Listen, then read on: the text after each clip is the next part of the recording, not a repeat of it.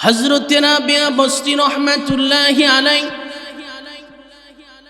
ইরাকের বসরা নামক শহরে তিনি জন্মগ্রহণ করেছিলেন। তিনি যেদিন জন্মগ্রহণ করবেন তার বাড়িতে যে লাইট জ্বালাবে, হারিকেন জ্বালাবে, হারিকেন জ্বালানোর মতো কোনো তেল ছিল না। এত গরিব মানুষ ছিলেন তার বাবা মায়েরা। রাবিয়া বসরি রহমাতুল্লাহি আলাইহি যেদিন জন্মগ্রহণ করবেন তার আগের দিন রাবিয়া বসরির মা তার আব্বাকে ডাক দিয়ে বলে, স্বামী আমার গর্ভ থেকে একজন সন্তান জন্মগ্রহণ করবে। আপনার ঔরস থেকে আমার গর্ভ থেকে সন্তান জন্মগ্রহণ করবে, কিন্তু বাড়িতে কোনো লাইট জ্বালানোর মতো, হারিকেন জ্বালানোর মতো কেন তেল নাই? আপনি একটু মানুষের বাড়ি থেকে তেল চেয়ে নিয়ে আসেন। রাবিয়া বসরি রহমাতুল্লাহি আলাইহির বাবা তেল চাওয়ার জন্য বাড়ি থেকে বের হলেন, কিন্তু তার বাবার মনোমাইন্ড ব্যক্তিত্ব এত ভালো ছিল, কিছুক্ষণ পরে তিনি বাড়িতে চলে আসতেন। রাবিয়া বসরির মা দেখেই বুঝতে পারলেন আমার স্বামী কারো কাছ থেকে তেল চেয়ে নিয়ে আসতে পারে নাই। কারণ রাবিয়া বসরির বাবার ব্যক্তিত্ব এত ভালো ছিল, তিনি যে কারো কাছ থেকে কোনো জিনিস চাইবেন এই ব্যক্তিত্ব মনোমাইন্ড তার ছিল না। দেখবেন কিছু মানুষ রয়েছে না খেয়ে থাকবে কিন্তু মানুষের কাছে হাত পাতবে না। এই গুণটা ভালো না খারাপ বলেন? ভালো গুণ। রাবিয়া বসরি রহমাতুল্লাহি আলাইহির বাবা টেনশন করতেছেন, আমার ঔরস থেকে, আমার স্ত্রীর গর্ভ থেকে আমার সন্তান জন্মগ্রহণ করবে, কিন্তু আমার কাছে কোনো টাকা নাই, পয়সা নাই। টেনশন করতে করতে যখন মসজিদে আজান হয়ে গেল, রাবিয়া বসরি রহমাতুল্লাহি আলাইহির বাবা তিনি মসজিদে নামাজের জন্য চলে গেলেন। কারণ মুমিন বান্দার নিয়ম হলো হাজারো ব্যস্ত থাকুক না কেন, হাজারো টেনশনের মধ্যে থাকুক না কেন, আজান যখন হয়ে যাবে ওই বান্দার সঙ্গে সঙ্গে মসজিদে চলে যাবে। রাবিয়া বসরি রহমাতুল্লাহি আলাইহির বাবা মসজিদে যখন আজান হয়ে গেল তিনি মসজিদে নামাজের জন্য চলে গেলেন। নামাজ আদায় করার পরে দুহাত উত্তোলন করে তিনি আল্লাহর কাছে মুনাজাত করলেন। নামাজ শেষ করার পরে তিনি যখন বাড়িতে চলে আসলেন দরুদ শরীফের আমল শুরু করে দিলেন। সাল্লাল্লাহু আলাইহি ওয়াসাল্লাম, সাল্লাল্লাহু আলাইহি ওয়াসাল্লাম তিনি আমল শুরু করে দিলেন। দরুদ শরীফ পড়তে পড়তে রাবিয়া বসরির বাবা তিনি ঘুমিয়ে পড়লেন। ঘুমের মধ্যে স্বপ্ন দেখেন নবীজি বলছো, আমার উম্মত তুমি কেন টেনশন করতেছো? তোমার ঔরস থেকে, তোমার গর্ভ থেকে যে সন্তান, তোমার স্ত্রীর গর্ভ থেকে যে সন্তান জন্মগ্রহণ করবে, এই সন্তানটা সাধারণ কোনো নারী হবে না, সে হবে জান্নাতি একজন নারী। জোরে বলি সুবহানাল্লাহ। আর তোমার কাছে যে টাকা পয়সা নাই তুমি চিন্তা করো না, এই দেশের বাদশার নাম হলো ঈসা, সে আমার প্রতি প্রত্যেক দিন 200 বার করে দরুদ শরীফ পাঠ করে, আর জুমা রাতে সে আমার প্রতি 400 বার করে দরুদ শরীফ পাঠ করে। কিন্তু গত জুমার রাতে এই দেশের বাদশা ঈসা দরুদ শরীফ পাঠ করতে ভুলে গিয়েছে। তুমি তার কাছে গিয়ে বলবা সে যে দরুদ শরীফ পড়তে ভুলে গিয়েছে, এই কারণে সে যেন তোমাকে 400 দিরহাম জরিমানা হিসেবে সদকা করে। এই স্বপ্নটা দেখার পরে তার ঘুমটা যখন ভেঙে গেল, রাবিয়া বসরি রহমাতুল্লাহি আলাইহির বাবা তার মাকে ডাক দিয়ে বলেন, স্ত্রী আমার, আমি একটা এরকম স্বপ্ন দেখেছি। স্বপ্নের সমস্ত কথাগুলো খুলে বললেন। রাবিয়া বসরির মা তার স্বামীকে ডেকে বলে, স্বামী আমার, আপনি যে স্বপ্নটা দেখেছেন এই স্বপ্নের সমস্ত কথাগুলো আপনি একটা চিঠির মধ্যে লিখে বাদশার কাছে পৌঁছায় দেন। রাবিয়া বসরির বাবা রাবিয়া বসরির মায়ের কথা মতো চিঠির মধ্যে স্বপ্নের সমস্ত কথাগুলো লিখলেন। লেখার পরে যখন বাদশার কাছে পাঠিয়ে দিলেন, বাদশা আনন্দিত হলো, বাদশা খুশি হয়ে গেল যে আমি যে প্রত্যেক দিন দরুদ শরীফ পাঠ করি নবীর দরবারে পৌঁছানো হয়। আর সত্যি তো আমি গত জুমার রাতে দরুদ শরীফ পড়তে ভুলে গিয়েছিলাম। সে খুশি হয়ে আনন্দে রাবিয়া বসরি রহমাতুল্লাহি আলাইহির বাবাকে 400 দিরহাম সদকা করলেন, বলি সুবহানাল্লাহ। এই ঘটনা দ্বারা আমরা বুঝলাম, যখন কোনো ব্যক্তি আল্লাহর উপরে তাওয়াক্কুল করবে, আল্লাহর উপর ভরসা করবে, আল্লাহর কাছে সাহায্য চাইবে, আল্লাহ পাক ওই বান্দাকে সাহায্য করার জন্য আল্লাহর জন্য ওয়াজিব হয়ে যায়। জোরে বলি সুবহানাল্লাহ। 2 নম্বর হলো, এই ঘটনা দ্বারা আমরা বুঝলাম, যদি কোনো ব্যক্তি দরুদ শরীফ পাঠ করে, পৃথিবীর যে কোনো স্থান থেকে যদি কোনো বান্দা দরুদ শরীফ পাঠ করে, ওই ব্যক্তির নাম, তার বাবার নাম, এলাকার নাম সহ নবীর দরবারে দরুদটা পৌঁছে দেওয়া হয়। আল্লাহর পয়গম্বর বিশ্ব নবী বলেন, পৃথিবীর মধ্যে আমার কোন উম্মত যখন আমার উপর দরুদ শরীফ পাঠ করে, তার নাম, তার বাবার নাম, এলাকার নাম সহ আমি নবীর দরবারে দরুদটা পৌঁছে দেওয়া হয়, বলে সুবহানাল্লাহ। মান সাল্লা আলাইয়া ওয়াহিদাতান সাল্লাল্লাহু আলাইহি আসরা। বিশ্ব নবী বলেন, যে ব্যক্তি আমি নবীর উপরে একবার দরুদ শরীফ পাঠ করে, স্বয়ং আল্লাহ তাআলা ওই ব্যক্তির উপরে 10 বার রহমত নাজিল করেন, বলে সুবহানাল্লাহ। দরুদ শরীফ পড়লে লাভ না ক্ষতি, বলেন? লাভ। আল্লাহর নবীর জামানায় একটা জাহাজ নদীর মধ্য দিয়ে যাইতেছিল। ওই জাহাজের মধ্যে এমন একজন আরোহী ছিলেন, যিনি দরুদ শরীফ পাঠ করতেছিলেন। ওই ব্যক্তি দরুদ শরীফ পাঠ করে আর দেখতেছে জাহাজের সাথে সাথে একটা মাছ যাইতেছে। ওই মাছটা দরুদ শরীফ পাঠ করা শুনতেছে। হঠাৎ করে একজন জেলে যখন নদীর মধ্যে জাল ফেললো, সঙ্গে সঙ্গে দরুদ শরীফ পাঠ যে মাছটা শুনতেছে, ওই মাছটা ধরা পড়ে গেল।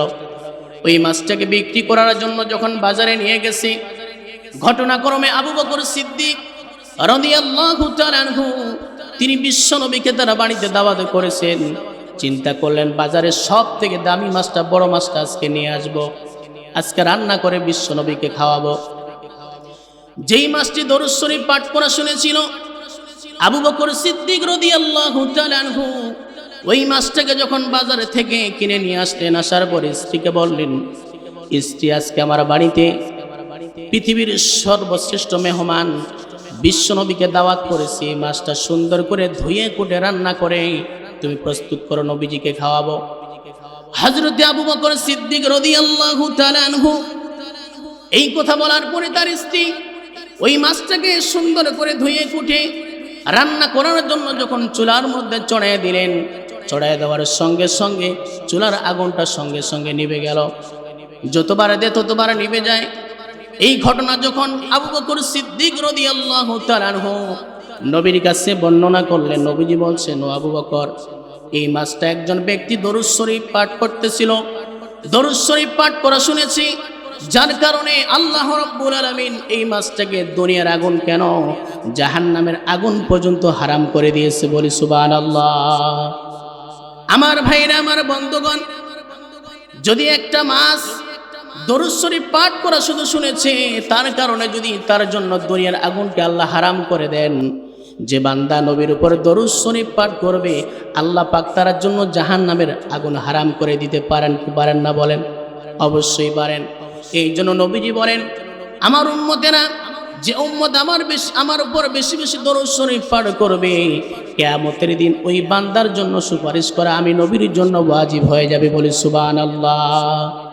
আল্লাহর কাছে দোয়া করি, আল্লাহ গো, নবীজিকে আমরা দেখতে পারি নাই, জীবনে একবার হলেও নবীর রওজা মোবারক দেখার তৌফিক দান করো, বলেন আমিন।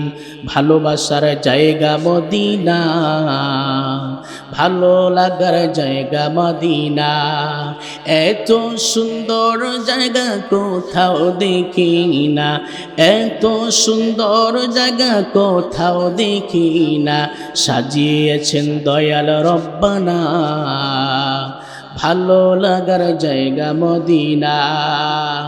যতই দরুদ পড়ি তৃপ্তি মিটে না, যতই দরুদ পড়ি তৃপ্তি মিটে না, সুন্নতেও শান্তি থাকে না, ভালো লাগার জায়গা মদিনা, ভালোবাসার জায়গা মদিনা, ভালো লাগার জায়গা মদিনা। একটু চিৎকার দিয়ে বলেন মারহাবা। রাবেয়া বস্তি রহমাতুল্লাহি আলাইহির বাবা বাদশার কাছ থেকে যখন 400 দিরহাম নিয়ে আসলেন, রাবেয়া বস্তি রহমাতুল্লাহি আলাইহি তিনি জন্মগ্রহণ করলেন।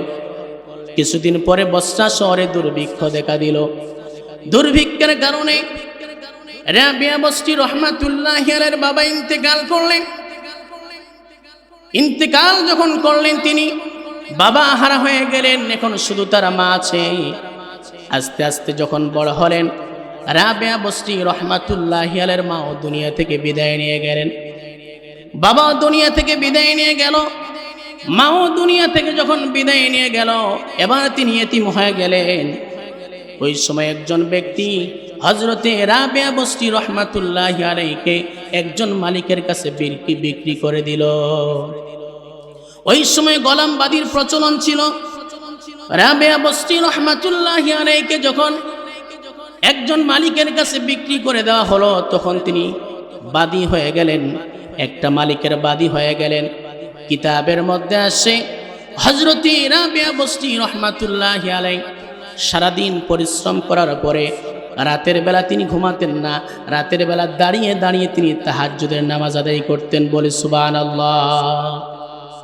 এটাই হলো আল্লাহ তাআলার বান্দার নিয়ম। এই পৃথিবীতে যারা ওলি হয়েছে তাহাজ্জুদ ব্যতীত কেউ হতে পারে নাই। কারণ বান্দা দুনিয়ার মধ্যে দিনের বেলা হাজারো ব্যস্ত থাকুক না কেন, রাতের বেলা যখন হয়ে যাবে, আল্লাহর খাঁটি বান্দা যারা হবে তারা তাহাজ্জুদের নামাজ কোনোদিন মিস করবে না। ঠিক কিনা বলেন? হযরতে রাবেয়া বস্তি রহমাতুল্লাহি আলাইহি তিনি একদিন রাতের বেলা তাহাজ্জুদের নামাজ আদায় করতেছেন। মালিক রাতের বেলা গভীর রাতে দেখে সমস্ত ঘরের লাইটগুলো বন্ধ, কিন্তু একটা ঘরের মধ্যে মিটিমিটি করে লাইট জ্বলে। মালিক চিন্তা করে দেখি তো ওই ঘরের মধ্যে কেন লাইট জ্বলে। রাবেয়া বস্তি রহমাতুল্লাহি আলাইহির মালিক জানালা দিয়ে উকি মরে দেখে রাবেয়া বস্তি রহমাতুল্লাহি আলাইহি সারাদিন পরিশ্রম করার পরে ক্লান্ত হয় নাই, বরঞ্চ দাঁড়িয়ে দাঁড়িয়ে রাতের বেলা সে নামাজ আদায় করতেছে। মালিক চিন্তা করলো, এই রকম মেয়েকে যদি আমি কষ্ট দিই, বাদী হিসেবে রাখি, কিয়ামতের দিন আল্লাহর দরবারে আমাকে জবাবদিহি করতে হবে। সকালবেলা যখন হয়ে গেল, মালিক রাবেয়া বস্তি রহমাতুল্লাহি আলাইহিকে ডাক দিয়ে বলছেন, রাবেয়া বস্তি এদিকে আসো। সারাদিন তুমি পরিশ্রম করো, আমার কাজকর্মগুলো করো, কাজ করার পরেও তুমি ক্লান্ত হও না, রাতের বেলা দাঁড়িয়ে দাঁড়িয়ে তুমি তাহাজ্জুদের নামাজ আদায় করো। ও রাবেয়া বস্তি, যাও যাও, আজ থেকে আমি তোমাকে আজাদ করে দিলাম, মুক্ত করে দিলাম। তিনি যখন আজাদ হয়ে গেলেন, মুক্ত হয়ে গেলেন, রাবেয়া বস্তি রহমাতুল্লাহি আলাইহি একজন পুরুষকে বিয়ে করলেন। বিয়ে করার কিছুদিন পরেই তার স্বামীটা দুনিয়া থেকে বিদায় নিয়ে গেল। রাবেয়া বস্তি রহমাতুল্লাহি আলাইহির যেটা সম্বল ছিল স্বামী, তিনি যখন দুনিয়া থেকে বিদায় নিয়ে গেলেন, তিনি আরো অসহায় হয়ে পড়লেন। মনে রাখবেন মা বোনেরা, একজন মা বোন যখন তার বিয়ে হয়, বিয়ের পরে কিন্তু পৃথিবীর মধ্যে সব থেকে আপন হয় তার স্বামী। ঠিক কিনা? কারণ বাপের বাড়িতে গেল ভাই তাকে পর মনে করে। রাবেয়া বস্তি রহমাতুল্লাহি আলাইহি তার স্বামী যখন দুনিয়া থেকে বিদায় নিয়ে গেলেন, তিনি কি করলেন?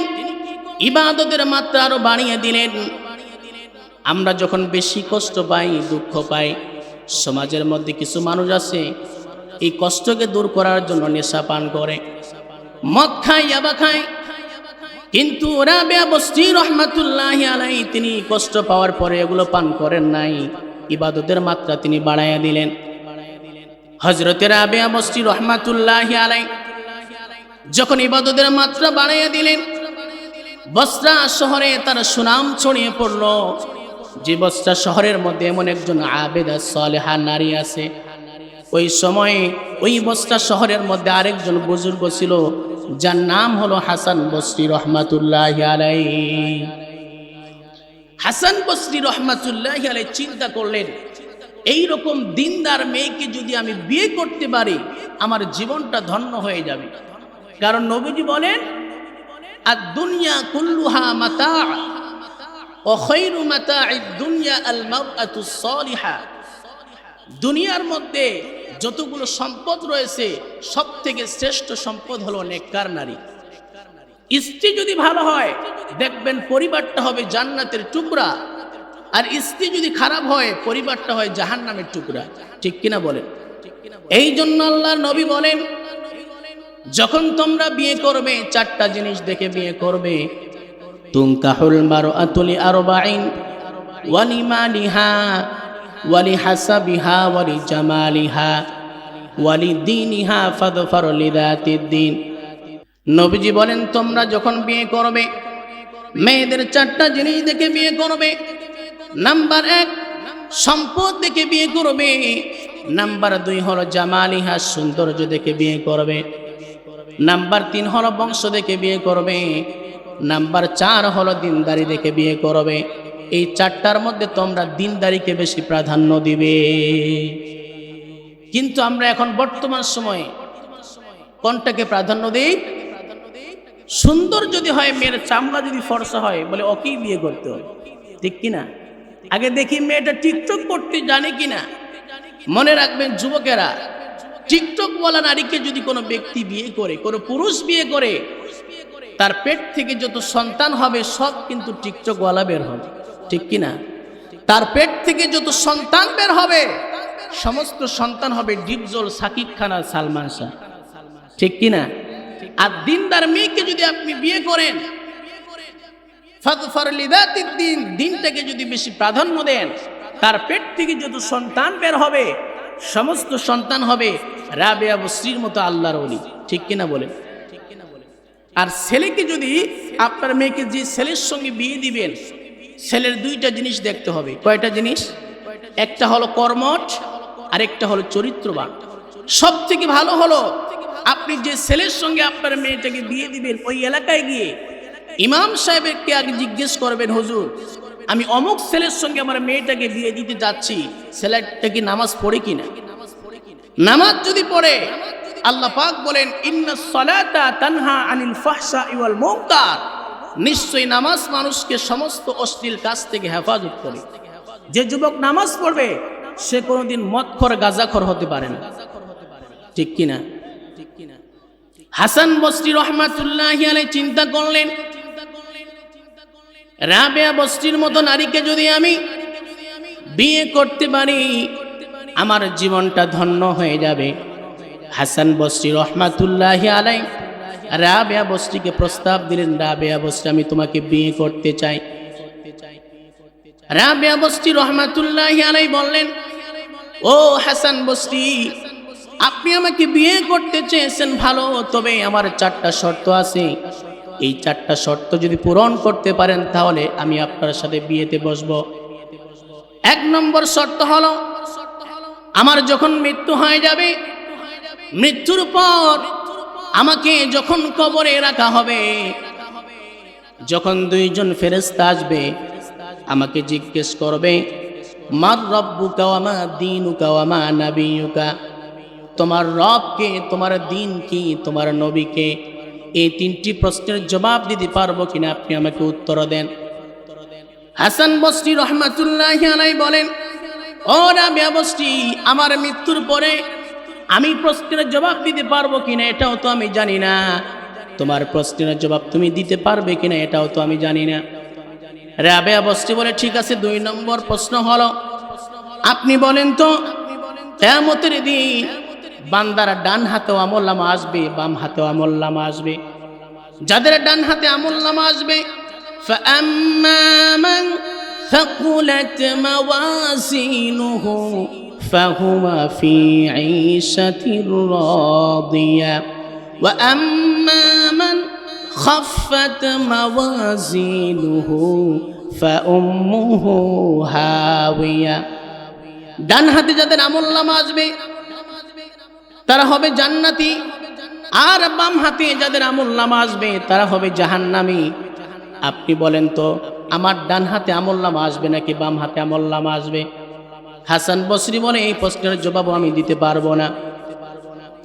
রাবিয়া বসরি রহমাতুল্লাহি আলাইহি বললেন, আচ্ছা ঠিক আছে, 3 নম্বর প্রশ্ন হলো কিয়ামতের ময়দানে 2টি দল হবে, বেশি দল হবে না, মাত্র 2টি দল হবে। ফারিকুন ফিল জান্নাতি ওয়া ফারিকুন ফিস সাঈদ।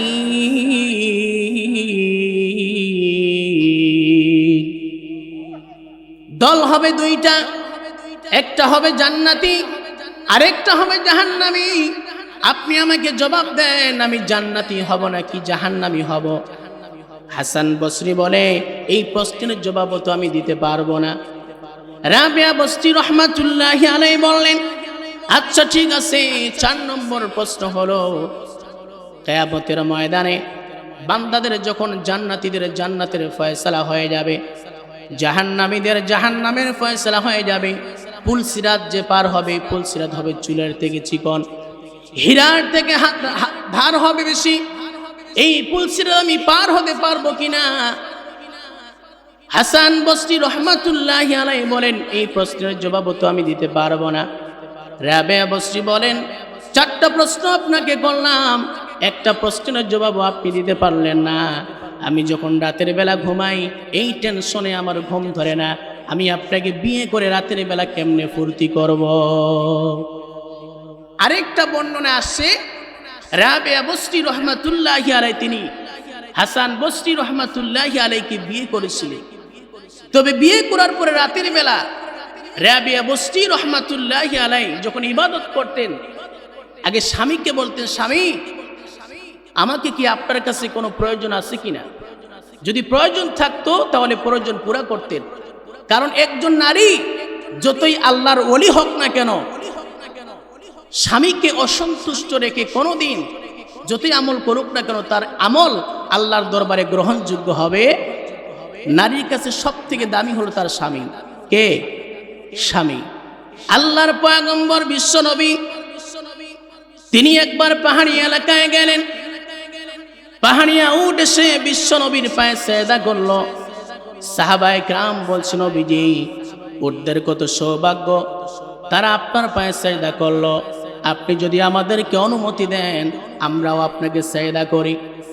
আল্লাহর পয়গম্বর সাহাবীদেরকে লক্ষ্য করে বললেন, সাহাবীরা মানুষ মানুষকে সেজদা দিতে পারে না, যদি সেজদা দেওয়ার অনুমতি থাকতো পৃথিবীর সমস্ত নারীদেরকে হুকুম করতাম তারা যেন সকাল সন্ধ্যা স্বামীর পায়ে সেজদা করে। বলি সুবহানাল্লাহ। স্বামীর দাম কম না বেশি? বলেন বেশি। তো রাবিয়া বসরি রহমাতুল্লাহি আলাইহি তিনি একবার ফজরের নামাজ আদায় করার পরে তিনি জায়নামাজে বসে আছেন। সূর্য ওঠার পরে তিনি ইশরাকে নামাজ পড়বেন। হাদিসের মধ্যে আসছে, যদি কোনো ব্যক্তি ফজরের নামাজ আদায় করার পরে জায়নামাজে বসে থাকে এবং ইশরাকে নামাজের পরে উঠে, আল্লাহ পাক তার আমল নামায় একটা কবুল হজ এবং কবুল উমরা করার সওয়াব দিয়ে দেন। সুবহানাল্লাহ। রাবিয়া বসরি রহমাতুল্লাহি আলাইহি ফজরের নামাজের পরে বসে আছেন, ইশরাকে নামাজ পড়বে। এমন সময় একটা ভিক্ষুক আসছে, এসে বলছে, বাড়িতে কোনো খাবার আছে নাকি? আমার পেটে খুব ক্ষুধা। রাবিয়া বসরি রহমাতুল্লাহি আলাইহি তার যে কাজের মেয়ে ছিল, কাজের মেয়েকে ডেকে বলে, কাজের মেয়ে বাড়িতে কোনো খাবার আছে নাকি? ভিক্ষুককে দিয়ে দাও। বাড়িতে মাত্র 2টা রুটি ছিল। কাজের মেয়ে বলে, রাবিয়া বসরি বাড়িতে মাত্র 2টা রুটি আছে, একটা রুটি আপনার জন্য রেখে দিয়েছে আর একটা আমি খাবো। রাবিয়া বসরি রহমাতুল্লাহি আলাইহি কাজের মেয়েটাকে ডেকে বলে, কাজের মেয়ে রে 2টা রুটি তুমি তাকে দিয়ে দাও। ভিক্ষুককে যখন দিয়ে দিলেন, কাজের মেয়েটা বললেন, আমি তো মনে করেছিলাম আপনি নামাজ শেষ করার পরে একটা আপনি খাবেন আর একটা আমি খাবো, আপনি তো ভিক্ষুককে দিয়ে দিলেন। রাবিয়া বসরি রহমাতুল্লাহি আলাইহি কাজের মেয়েটাকে ডেকে বললেন, কাজের মেয়ে রে তুমি কি জানো না আল্লাহ কোরআনে কারিমে বলছেন, মান জাআ বিল হাসানাতি ফালাহু আশরু আমসালিহা। আল্লাহ বলেন, যদি কোনো বান্দা আমার রাস্তায় 1 টাকা দান করে আমি তাকে 10 টাকা ফিরিয়ে দেই। সুবহানাল্লাহ বলেন। ও কাজের মেয়ে 2টা রুটি ভিক্ষুককে দান করেছি, 2টার বিনিময়ে 10 দুগুণে 20টা রুটি আল্লাহ আমাদের জন্য পাঠিয়ে দিবে। কি পরিমাণ তাওয়াক্কুল, আল্লাহর উপর ভরসা দেখেন। কিছুক্ষণ পরে পাশের বাড়ি থেকে একজন কাজের মেয়ে এসে বলে, রাবেয়া বসরি, আমার মালিক আপনার জন্য 18টা রুটি দিয়ে পাঠিয়েছেন। সুবহানাল্লাহ বলে। বলে না, 18টা রুটি পাঠিয়েছে, এই রুটি তুমি ঘুরিয়ে নিয়ে যাও, ফেরত নাও। নিয়ে যাওয়ার পরে আবার আসছে, বলে আসলে আমার ভুল হয়েছে, আসলে 20টা রুটি দিয়েছিল, আমি গুনতে ভুল করেছিলাম। তিনি যখন 20টা রুটি নিলেন, কাজের মেয়েটা জিজ্ঞেস করলেন, ও রাবেয়া বসরি, আমি যখন 18টা রুটির কথা বললাম, আপনি আমাকে ফেরত দিলেন, 20টা রুটি আবার কেন দিলেন, নিলেন কারণটা কি? রাবেয়া বসরি ডেকে বলে, আল্লাহ রাব্বুল আলামিন কোরআনে কারিমে বলছে, যে ব্যক্তি 1 টাকা দান করবে, আল্লাহ 10 টাকা ফেরত দিবে।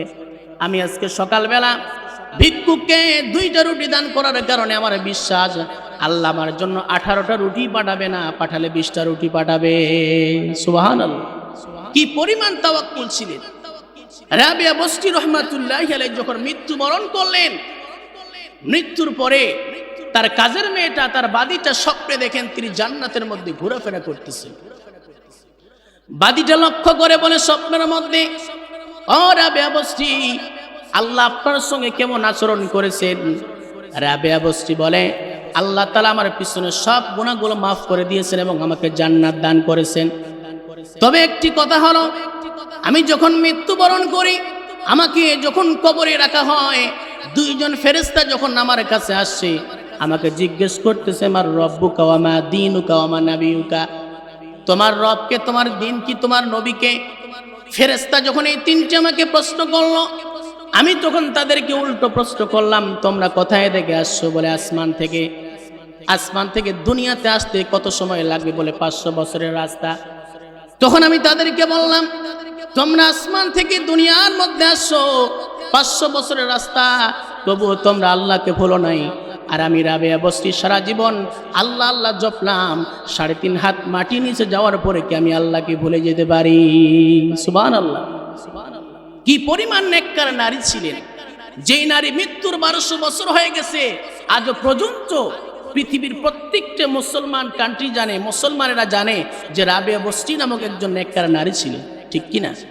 এই জন্য মা বোনদেরকে তাদের জীবনটাকে এমনভাবে সাজাতে হবে, মৃত্যুর পরেও যেন, শত শত বছর পরেও যেন তাদেরকে, আমাদেরকে স্মরণ রাখে। ঠিক কিনা? আল্লাহর পয়গম্বর বলেন, নারীদের জন্য জান্নাতে যাওয়া খুব সহজ পুরুষের চাইতে। নবীজি বলেন, আল মারআতু ইযা সাল্লাত খামসাহা ওয়া সামাত শাহরাহা ওয়া আহসানাত ফারজাহা ওয়া আতাআত বা'লাহা ফালতাদখুল মিন আইয়ি আবওয়াবিল জান্নাহ আও কামা ক্বালা আন-নাবিয়্যু আলাইহিস সালাতু ওয়াস সালাম। বিশ্বনবী বলেন, যদি কোন নারী 4টা গুণ অর্জন করতে পারে, এই নারীটা মৃত্যুবরণ করার সঙ্গে সঙ্গে জান্নাতের যে কোনো দরজা দিয়ে প্রবেশ করতে পারবে। 1 নম্বর, যে নারী 5 ওয়াক্ত নামাজ পড়বে। নাম্বার 2 হলো রমজান মাসে রোজা রাখবে। নাম্বার 3 হলো স্বামীর খেদমত করবে। নাম্বার 4 হলো পর্দা করবে। কিন্তু বর্তমান নারীরা কি পর্দা করে? আজকে প্রত্যেকটি জায়গায়, রাস্তাঘাটে, মার্কেটে, বাজারে, সব জায়গায় পুরুষের সংখ্যা বেশি না নারীর সংখ্যা বেশি? শহরে বাজারে দেখো নারীদেরই ঢল, পর্দাবিহীন তারা করে ঝলমল। অন্যকে তার দিকে আশিকে বানাই, অন্যকে তার দিকে আশিকে বানাই। দেশটায় আজ ধ্বংস নারীর বেপরদায়, সবার মুখে একই আওয়াজ, হায় হায় হায়। ইবলিসে আজম বাংলাদেশে আগমন হয়েছে নারীর বেশে।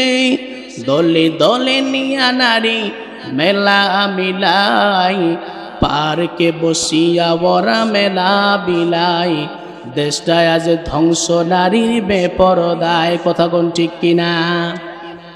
আচ্ছা, যারা পর্দা করে না, বেপর্দায় চলে, এরা তো আমাদের বোন, কারো মা, কারো মেয়ে। ঠিক কিনা? নারীরা ওই সময় ঠিক হবে যখন পুরুষেরা ঠিক হবে। ঠিক কিনা? মনে রাখবেন, আপনার স্ত্রীকে যদি আপনি কোনো পরপুরুষকে দেখা, শুধু স্ত্রীর গুনাহ হবে না, আপনার আমলনামাও কিন্তু গুনাহ লেখা হবে, ঠিক কিনা? বড় পীর আব্দুল কাদের জিলানী রহমাতুল্লাহি আলাইহি, তার কাছে একজন নারী আসছে, আসার পরে বলতেছে, বড় পীর আব্দুল কাদের জিলানী, আমি আপনার কাছে একটা কারণে আসছি। আমার একজন নারী ছিল, আমার একজন মেয়ে ছিল, যেই মেয়েটাকে আমি খুব মহব্বত করি, ভালোবাসি, যে মেয়েটাকে আমি এক মুহূর্ত থাকতে পারি না তাকে ছাড়া।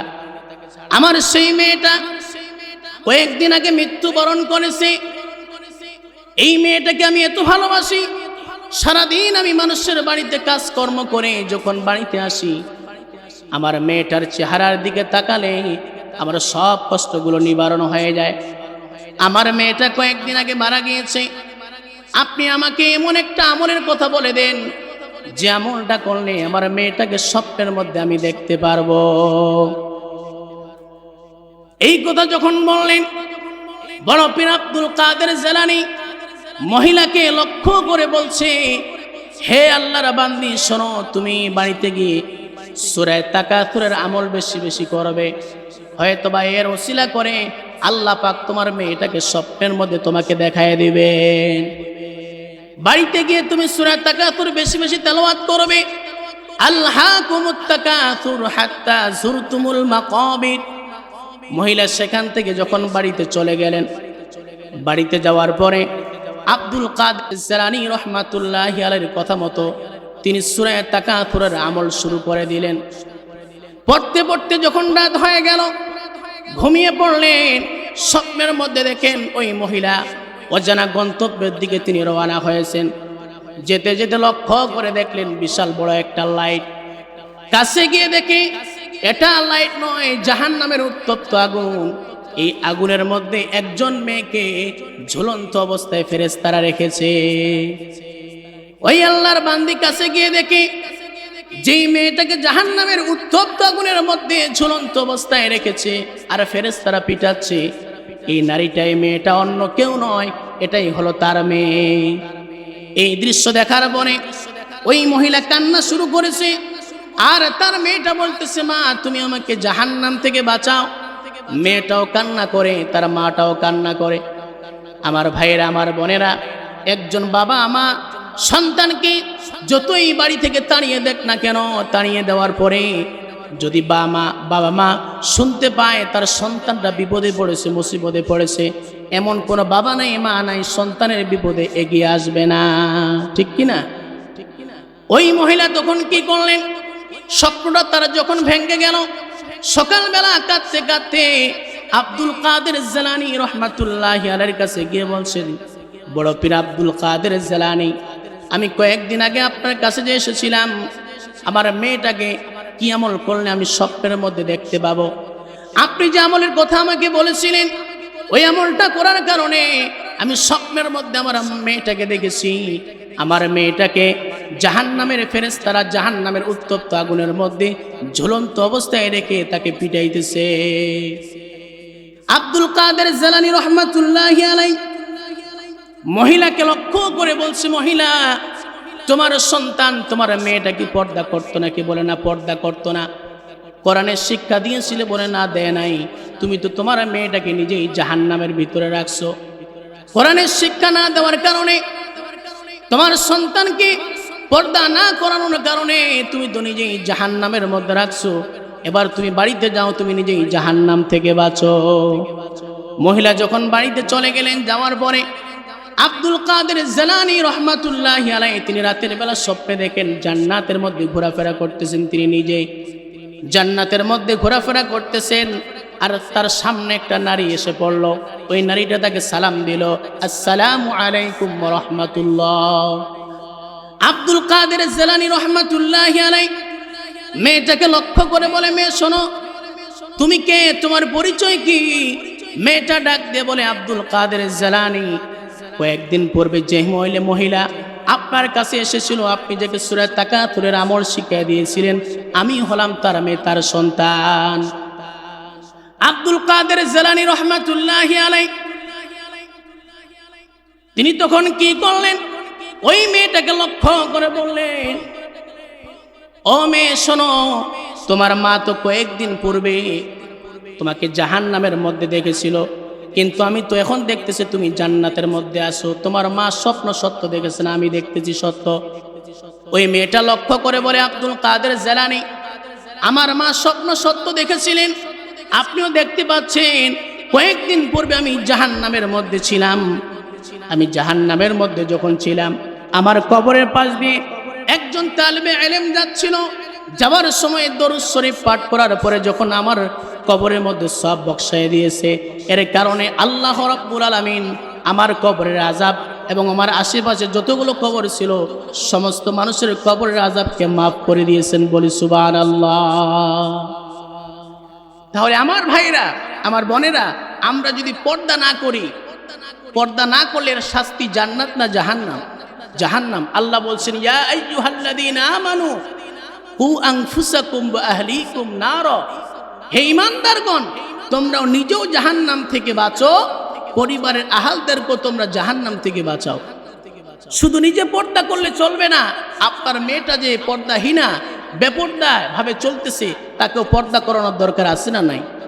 নামাজ পড়া যেমন ফরজ, পর্দা করাও কি তেমন ফরজ। আর নবীজি বলেন, এই চারটা আমল যদি কোনো নারী করতে পারে, 5 ওয়াক্ত নামাজ পড়বে, রমজান মাসে রোজা রাখবে, স্বামীর খেদমত করবে এবং পর্দা করবে, এই চারটা আমল যে মা বোন করতে পারবে, এই মা বোন মৃত্যুবরণ করার সঙ্গে সঙ্গে জান্নাতের যে কোনো দরজা দিয়ে প্রবেশ করবে। বলি সুবহানাল্লাহ। আল্লাহ পাক আমাদের মা বোনদেরকে এই চারটি আমল করে দুনিয়া থেকে বিদায় নেওয়ার তৌফিক দান করুক। বলেন আমিন। ওয়া আখিরু দাওয়ানা আনিল হামদুলিল্লাহি রাব্বিল আলামিন।